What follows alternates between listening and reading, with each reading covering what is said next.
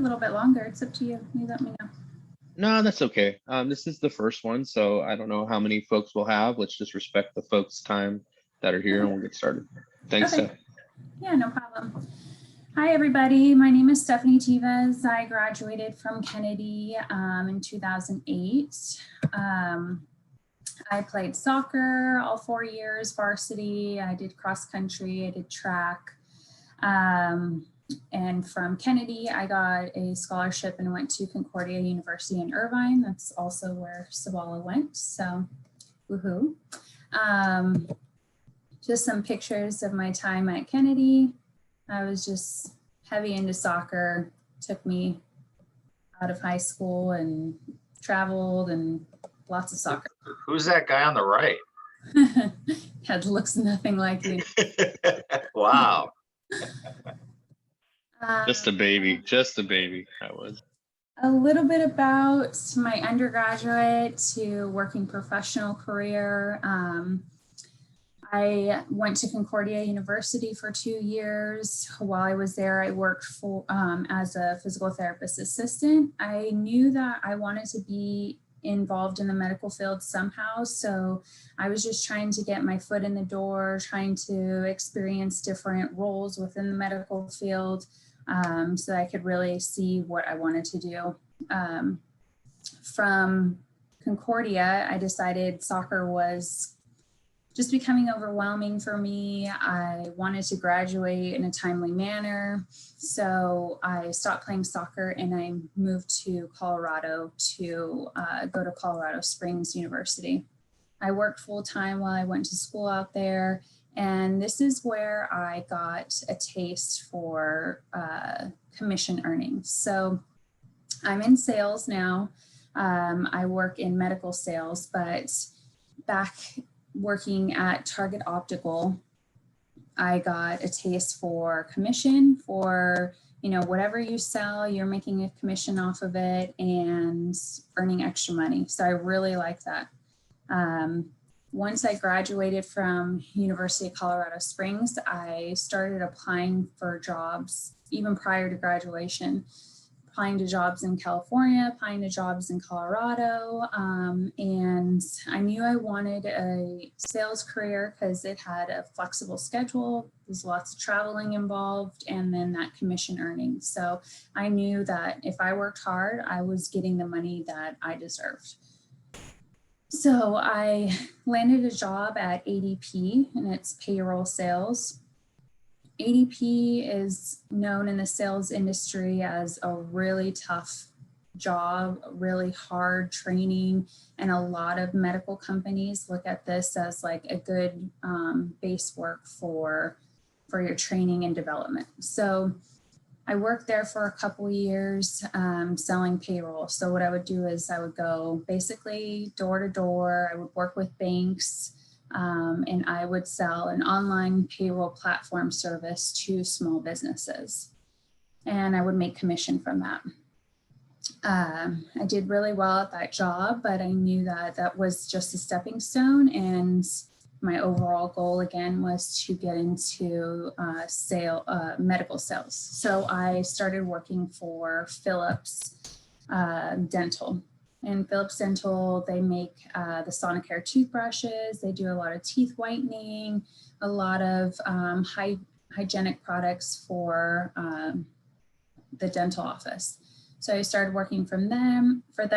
I was, hitting certain goals within the company. I was a trainer for the company. I was on the field advisory board team. I was on the trade show committee. So I would go and travel to different states and put on trade shows, pre-COVID days where you were allowed to see people and interact. Hey, Miss Stephanie, don't be modest about your accomplishments. What does that number one in Western Region Year 1 and 2 mean? So it's actually really hard to achieve. It's probably selling like $2.5 million in toothbrushes and teeth whitening and, hygiene products. There was about 50 other reps all over North America, Western region, and I was number 1 and 2. So basically you have to hustle your butt off. In other words, you have to be out there seeing customers every day. You know, I would say on an average day, I would meet with probably to 15 to 20 offices and, you know, pitch them my products and get them to purchase products from me. And it's not only just like a one-time purchase. I try to build a relationship with my customers so that way they continue to come back to me. You know, I bring pieces of value to them as far as like what's new on the dental market side. So that accomplishment, like year 1, is really hard to achieve. With those number 1 titles, most companies, sales companies, will give you a special trip to go on, whether it's like Cabo, or they'll send you to the headquarters in Holland, things like that. They'll give you big incentives for hitting those goals. So I worked there for a little while, and then I wanted to work for Braun Medical. So that's where I'm at now. Braun Medical is one of the largest companies for medical sales, as far as IV catheters, basically everything right here you see, from the bag of IV solution to the infusion unit, which this is going to infuse the medical medications into the patient through this tubing, all the way down to this needle that ends up going into the patient's arm.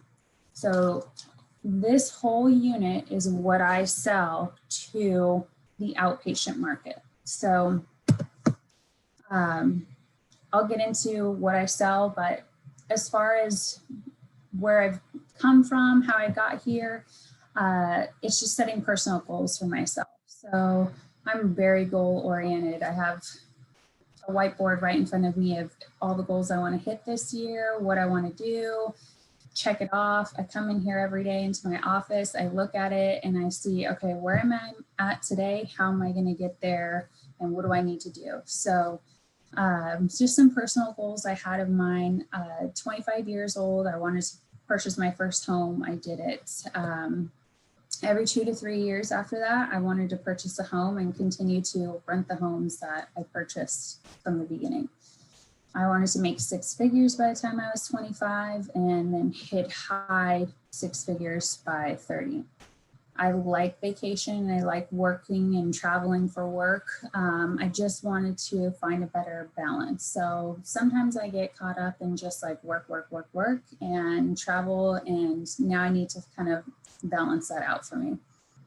I got my master's. I went back to school, got my master's. A lot of these companies, guys, they will pay for you to go back to school no matter what you get your degree in. My degree is in psychology, my master's is in psychology, and it has nothing to do with selling. So they just want you to have that higher education.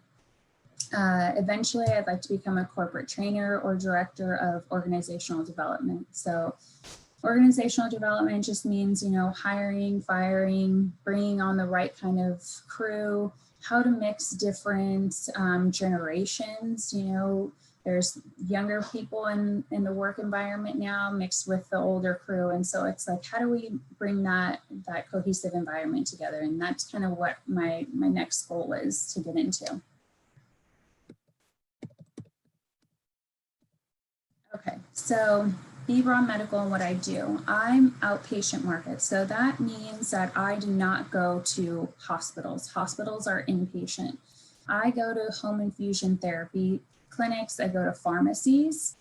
I go to long-term acute care facilities. So, you know, where older people go for rehab, or if they've had surgery and they can't come back home right away, they go to these facilities to get help and care. These are the facilities that were hit very hard by COVID.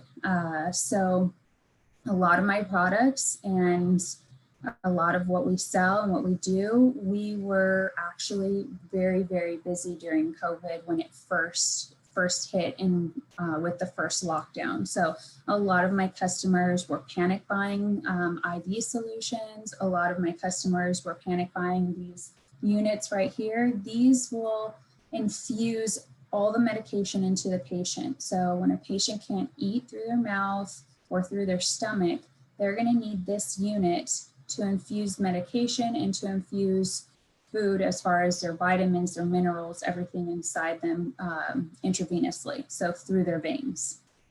So these products were basically flying off our shelves the last basically year. So I go into these facilities and I train the nurses, I train the staff on how to use them properly. I do a lot of video webinars now on how to use our products, as well as selling over, Skype and Zoom. What I do requires a lot of travel. I travel all of Southern California and all of Arizona, and I go to Pennsylvania a lot as well too. That's where our headquarters is at. Lately, we haven't been traveling. We've been on a travel ban, but our company is opening that up, and I will be starting to travel again. So the reason why I picked B. Braun and why I've wanted to pursue a career with them is they're the leader in their products. They're a leader in TPN products. So TPN is when a patient can't eat through their mouth or through their stomachs because of a medical condition, whether it be cancer or some type of disease. They need the pharmacy to make special bags like this. Let me pull this down. They need the pharmacy to make special bags like this for a week's supply of their nutrition. And when they do it at home, they take the bag and they insert their needle themselves, and that's how they get their nutrition. So a lot of people unfortunately have to do this, and we're the leaders in these products. So to hear some of the patient stories when I'm out there, talking to facilities is really heart moving, because you're providing a product that without it, they would not be here. We make bags so small for premature babies who can't eat. So seeing that as well is huge. It just, makes me feel good that I'm selling a product, that I'm providing a service to these facilities that without them, they would not be able to take care of these patients. So the sales lifestyle, it's very stressful. So you're responsible for deadlines, you're responsible for customer retention, you're constantly looking at the numbers, you are constantly being talked to by your manager of, when are you going to close this deal? What's in your pipeline? What can we do to push this deal forward? You have to be a very competitive person to be in this industry. You have to be very self-motivated, because without your self-motivation, you're working from home, you're working by yourself out there in the field. You need to be able to find something inside of you that's going to make you go and going to drive you to make this commission. So I travel all the time. So your family has to be okay with it. I just had a baby, so I don't know how that's going to work out, but we're going to figure it out. Typically I travel about 2 weeks out of the month. So, single life, it might be great. Family life, it's going to require a little bit more scheduling and a little bit more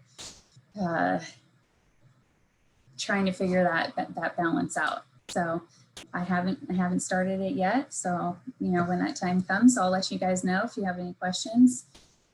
For the ladies trying to break into this field of sales, oftentimes you're not taken seriously. Most of the time you're meeting with CEOs of these hospitals or these long-term acute care facilities, and they're males. And they will look at you like you do not deserve a seat at the table, that you are just in sales. But let me tell you, you deserve your seat at the table. You know what you're talking about after all your training and your continued training. And, you know, you need to demand respect, but also give respect too as well. You know, they want to look at you like you know what you're talking about, but you just have to prove that to them. So it can be kind of difficult.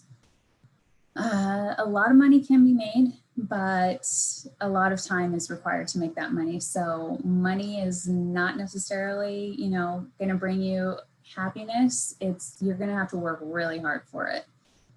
I work from home, but it's hard. Other people don't understand, like when you're working from home, like you cannot be bothered. Like I have to sit in here, shut my door, and you can't be bothered. You know, sometimes people want to be in and out of my house, or I'll get bugged or whatnot, or, you know, friends are texting you, but you're working. Like this is work time. I need to focus, and, you know, I can't be doing other things while I'm working. I need to make this money. So let's see, what else did I put over here? Establishing a good work-life balance. I can't stress that enough. And, oops, sorry.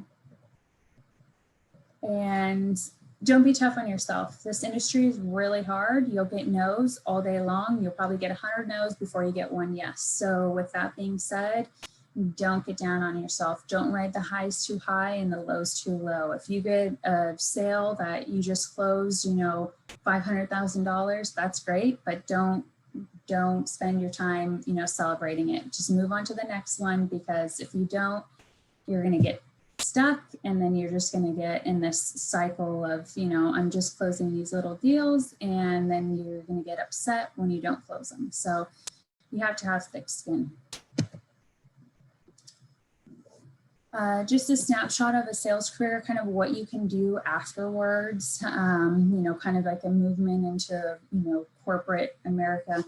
So if you're tired of selling, you can kind of go in different paths. You can do corporate training, which the new hires that come on, you take them under your wing, you train them, you show them the ropes. You can train on a specific product. So if you're very familiar with, let's say, IV catheters, these guys right here, you can train on that specific product at corporate, and all the new hires have to go through your training class. You can do development, marketing, specific products. So all of our flyers, pamphlets, things that get sent out to the customers, you can be part of that team. You can become a manager. So our managers have about 10 to 15 reps underneath them, and you would manage that team, and you would have to travel with each one of your reps and to make sure that, you know, they're hitting their deadlines, they're bringing in new business. You can be a VP, so that's just ahead of the manager. So you have your manager here, then you have your VP, and they're kind of over the whole organization. And then you can be a product specialist. So again, instead of training on one specific product, you sell only one product. Earning potential. So for a new grad with no experience, say you're going to ADP, they hire a lot of new grads with no sales experience. You'd probably be making a base about $45,000 with commission. So, I mean, you could potentially make $100,000 your first year at ADP, but that just requires you to work really hard. As you get more experience, your base salary goes up, and so does your commission structure too. So you can have anywhere from a base to 65 to 80,000, and then on top of that, your commission. So your commission, you can make $0 in commission one month, and then the next month you can make $40,000 in commission. It really all just depends, and it depends on what business you're closing. So you really have the potential. I know people in the industry making anywhere from $200,000 to $350,000. All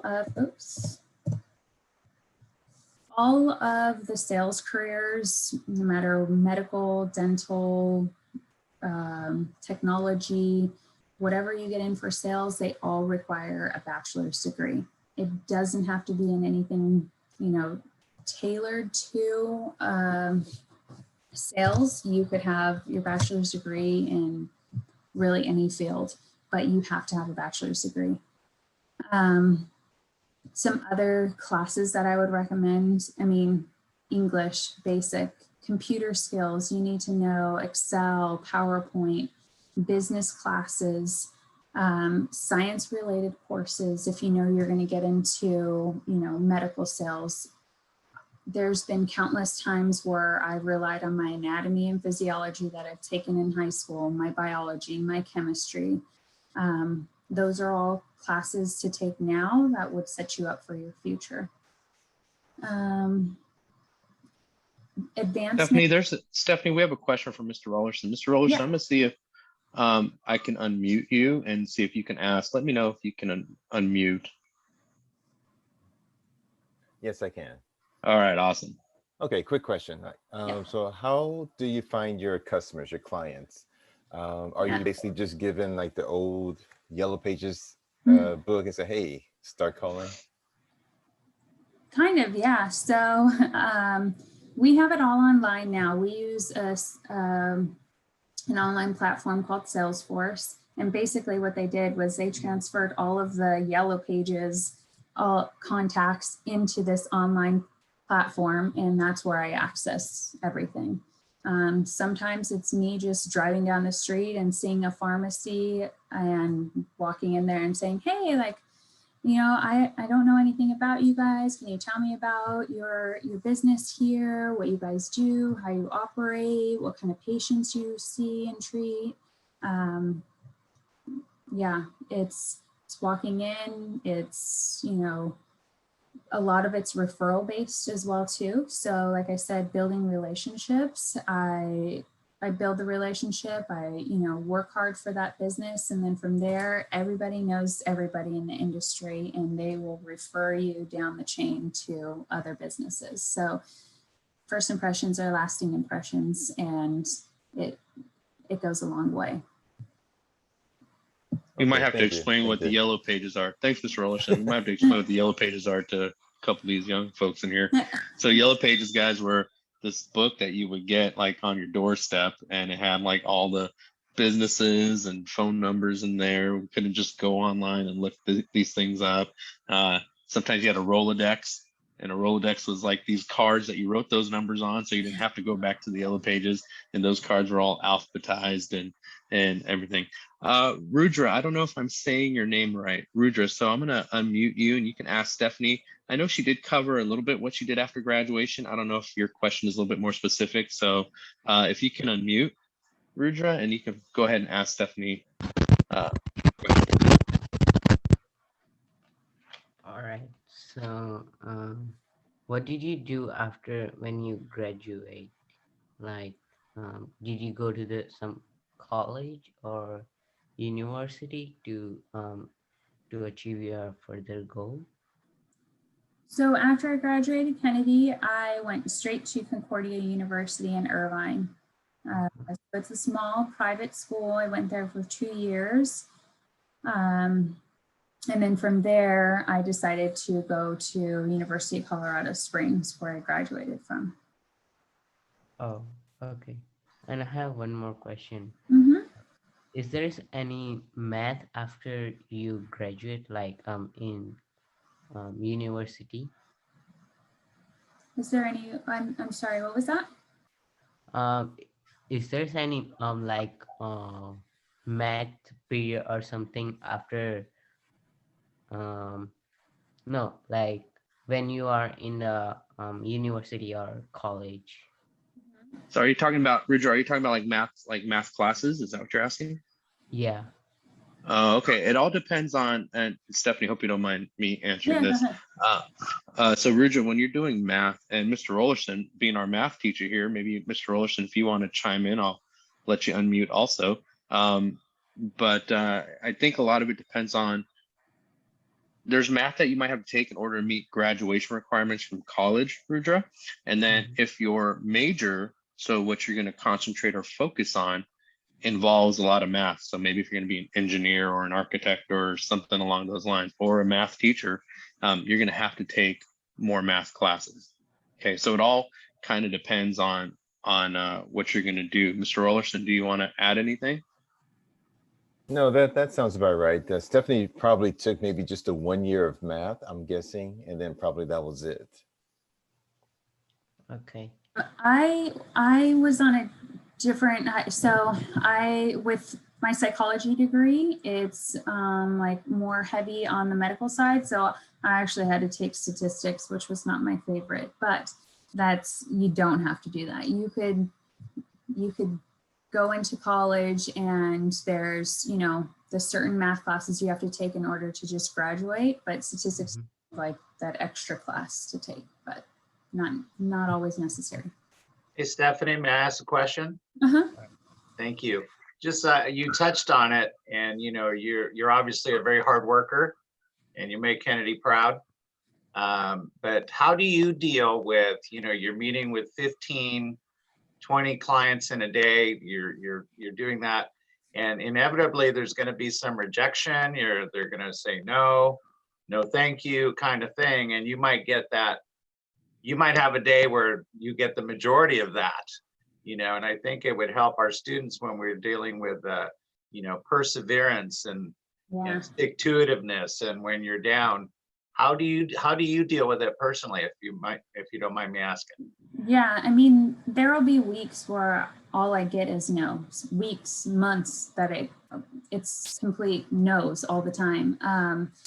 And really, I find that having someone to hold you accountable, as well as just a mentor. So I have probably about 3 mentors that are higher than me in terms of where they are in their career that I really depend on. I call them daily, multiple times a day, just to talk me through my day. Like, hey, I went into this client, this is what happened, they said no, and can I run through the whole scenario with you, so maybe I can get better for the next one.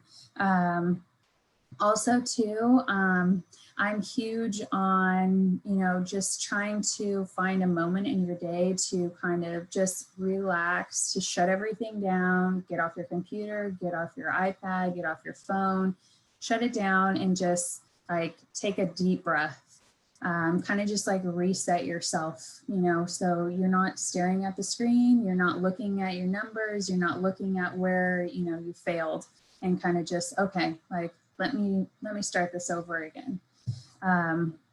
You also have to, I like to work out too, as well. So I'm getting all those no's, I'm getting super frustrated, it's wearing on me mentally, I kind of get a little down about it. I need to go run, I need to ride my bike, I need to, reset in that aspect as well. But I really feel like having someone, that you can call a mentor or a friend, or, someone that you can talk to just get things off your chest, makes it that much better and that much easier to get through the next no. Any other questions? Thank you for that, Stephanie. Yeah, no problem. So you probably got about maybe 9 minutes left, Steph, if you want to take those 9. Perfect. So just setting up yourself for success. Communication skills, huge. So all day long, you're going to be talking to people. Public speaking. I did take a public speaking course in college. You need to be able to respond to emails, no shorthand, no TTYL, nothing like that. You do that, you are not looked at as a professional at all. So be able to address your audience appropriately. Organization skills, you need to be able to respond in a timely manner. So starting with those skills now, it's, turning in your homework on time, it's doing your projects on time, it's not waiting till the last minute to do your projects, it's, getting ahead of things now. Being self-motivated, make a list of goals, start that now. At 25, you want to achieve this. At 18, you want to achieve this. At 21, you want to achieve these things. You know, make your list of goals now. Computer skills, Excel, PowerPoint, emails, Teams, and Zoom calls. This is all huge. You know, have some basic knowledge of it going into the field, basic knowledge of medical terminology if you want to get into medical sales, biology, anatomy, physiology, and chemistry are huge. And use your personality. Don't be shy. So you're a really bubbly person. I mean, I talk with my hands, as you could see. Like, use your personality, you know, connect with people on a more personal level versus just, you know, hi, here's my product. Would you like to buy it? People want that connection. And some just closing advice for you guys.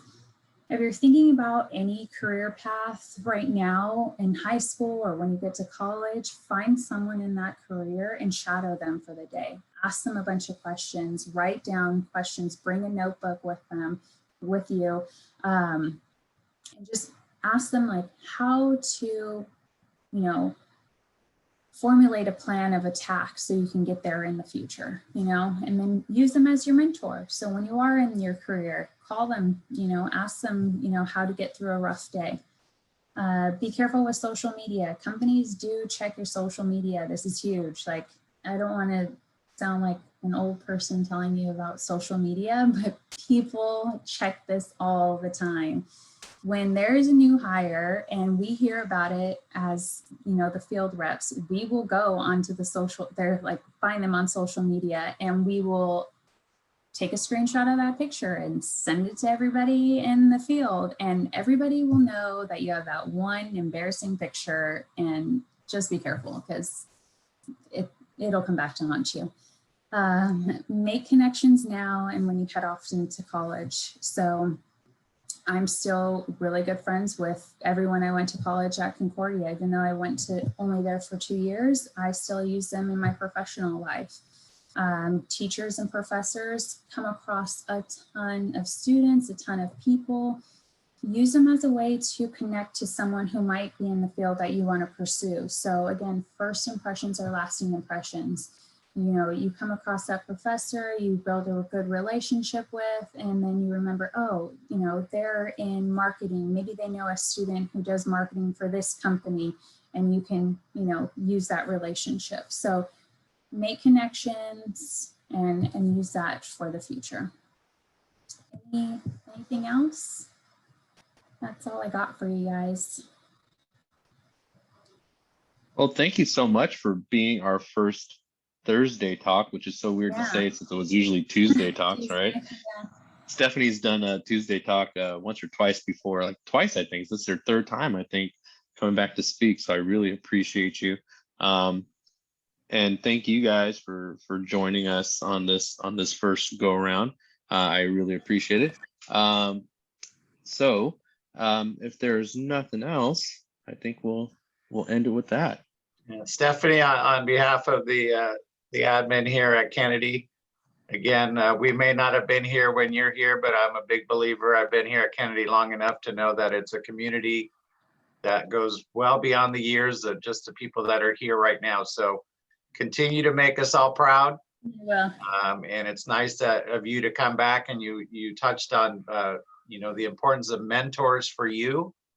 And it's nice that you are a mentor for even students that you've never met.